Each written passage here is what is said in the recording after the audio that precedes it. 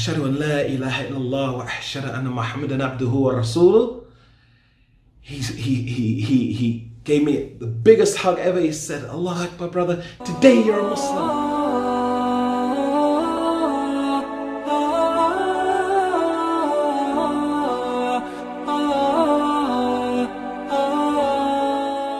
So I remember that day seeing all of the brothers walking off into the distance, going to the mosque to pray.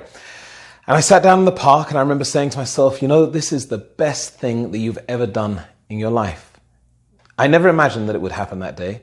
There was a million reasons why it shouldn't have happened that day. I was thinking of so many things that I'm still doing that I shouldn't be doing as a Muslim. I know I shouldn't be doing. But okay, I've done it.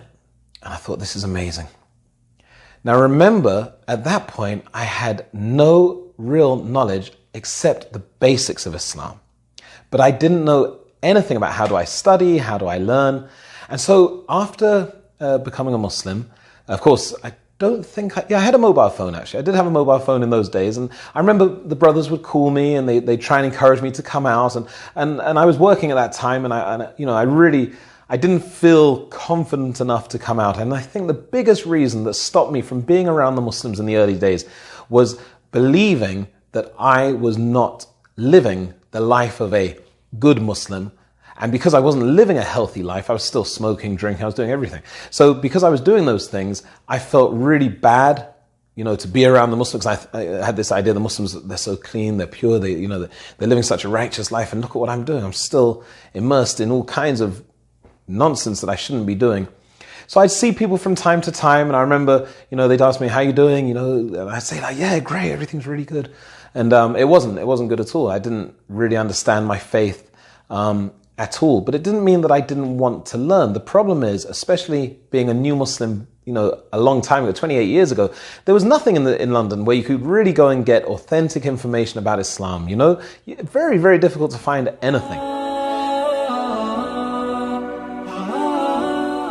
Now, the few people that I did meet in the very early days after embracing Islam, I didn't know at that time, but they were from an organization called the Nation of Islam.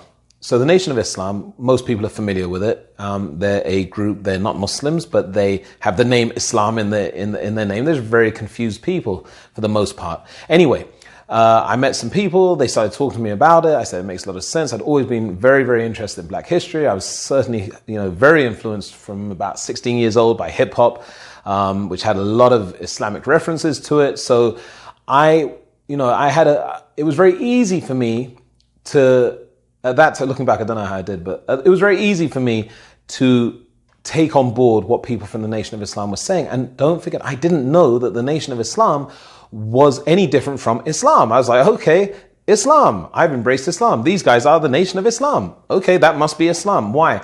Because there was nothing else available. There was nobody else saying to me, no, brother, this is not Islam, this is Islam. No, there was nothing.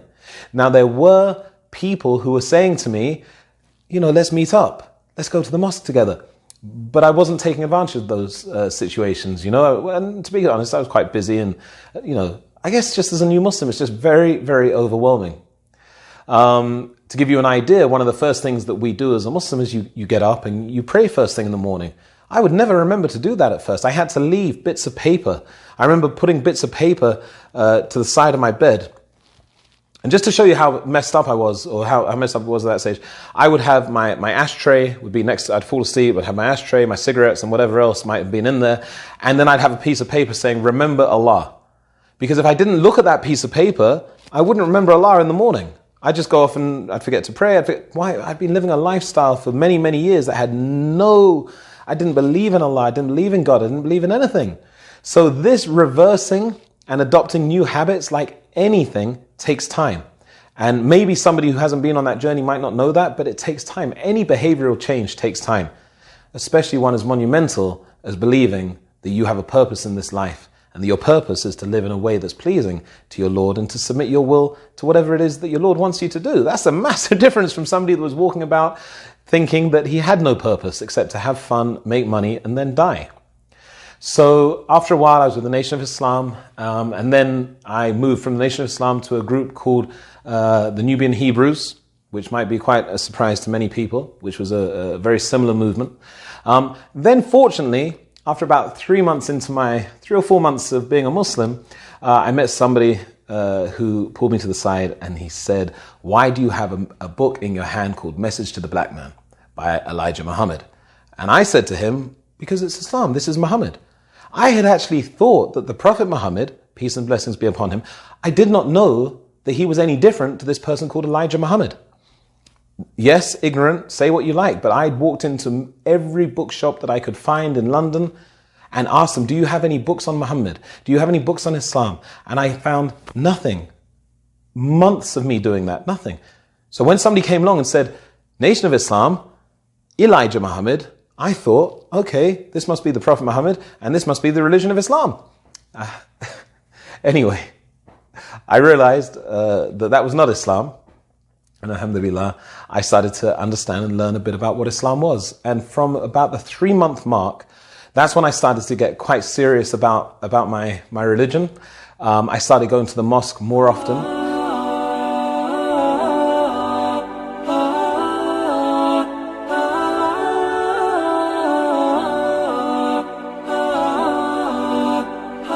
To the point that at that point my parents I hadn't told my parents anything. And at that point, my mum and dad were starting to question what was going on.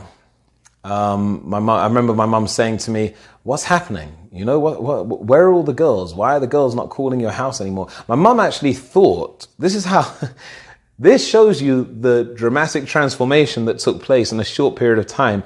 My mum, she's going to see this, but mum, you know that you said it to me.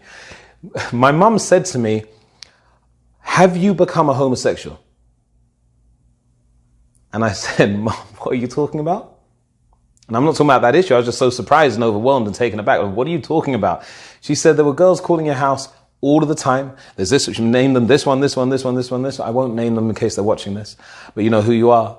And all of a sudden, they're not calling you anymore. What's going on?" Now, I was too scared to tell her, "Mom, I've become a Muslim." So I didn't say anything. I said, "No, Mom, just, I don't know." But there was no explanation for it. There was nothing that I could say.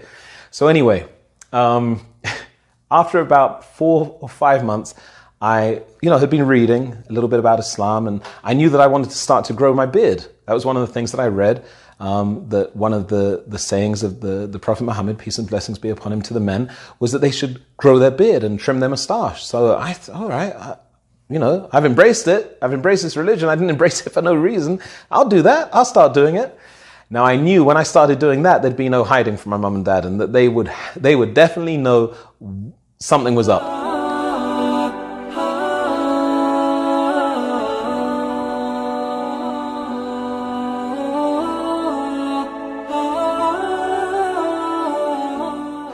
So after 6 months, I remember just before that actually, I remember talking to this is the problem with ignorance. I remember talking to somebody in the mosque at about the 5-month mark, and you might have seen people wearing the Islamic hats, we call them like a kufi or something. It's a small Islamic hat, and I always liked them. I liked them from before I was a Muslim. The style, I just loved this kind of knitted kind of hat that, cap that went on. I loved it. And I wanted to wear one. I remember I was about 4 months Muslim, after about 4 months of being a Muslim, just after I started to get a little bit more serious, a bit more into what I was doing, and I understood that, Nation of Islam was not Islam. At that point there, I remember saying to somebody, when I saw one of these caps being sold in Regent's Park Mosque, I said to somebody, can I wear one? Because I wasn't sure. Is it a uniform? Only certain people can wear them. So I said, "Can I wear one of those? Can I get a kufi?" He said to me, no, brother. This Egyptian guy said, no, brother, no. This is not for you.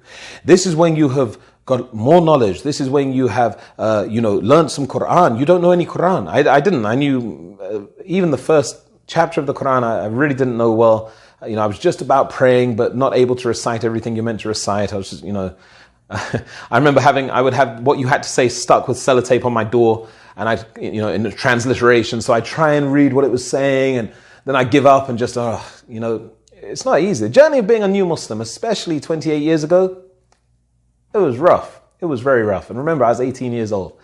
And so anyway, I remember saying to him, "Can I wear one of these hats? I really like them." And him saying to me, no, you have to learn a lot of Arabic first. And he told me all these things I had to do.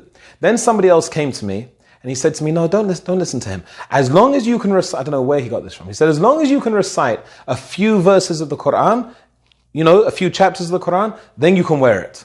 So I was like, all right, I have no idea who's right here, but I definitely like your opinion more. I'm going with that. So I learned a few small chapters of the Qur'an, and I went back and I bought a few of those hats. I bought different color ones, gray ones, blue ones. I loved them.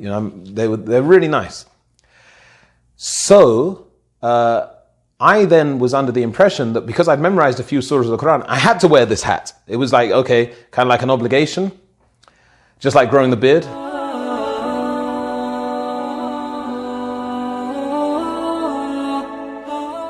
So I remember after about 6 months, my beard was growing, and I just knew tonight's the night. I've got to tell them. So I remember, and they'll never forget it, I'm sure, and I'll never forget it, I know. I came downstairs and I said, Mum, Dad, they were watching television. I remember it like it was yesterday, and I said, Mum, Dad, I've got something to tell you. And they both looked at me because that couldn't, it's probably not going to be good news. They know it's not going to be good news. So I said, Mum, Dad, I've got something to tell you. And they said, okay, what? I said, Mum, Dad, I've become a Muslim. And I remember as soon as I said it, my dad burst out laughing. My dad thought that I was joking. So he burst out laughing. My mum, I think straight away, all the pieces, the jigsaw puzzle went together. It made sense. That's his new lifestyle. That's why people haven't been calling the house. That's why he's not doing this. That's why. She started crying straight away. Straight away. She said to me, is there anything we're going to see? Is there anything different that we're going to see about your appearance? I said, yeah, there's two things. I said, I'll be back in a minute. I went back upstairs. I got my hat. Put my hat on in the mirror. I remember okay, here we go. Got to show the hat and the beard. I went downstairs, completely ignorant. I went downstairs. I said, I had the hat in my pocket actually. I remember I pulled it out. I said, Mum, I'm going to be wearing this hat from now on, and I'm going to be growing my beard. And she started crying even more. My dad was just in shock. Didn't have a conversation with him. I didn't have a conversation with my mum. That was it. I tried to tell her, nothing's going to change, Mum. She said, nothing's going to change. You're already telling me you're going to be wearing a hat and growing your beard. And, that was that. That was the first 6 months.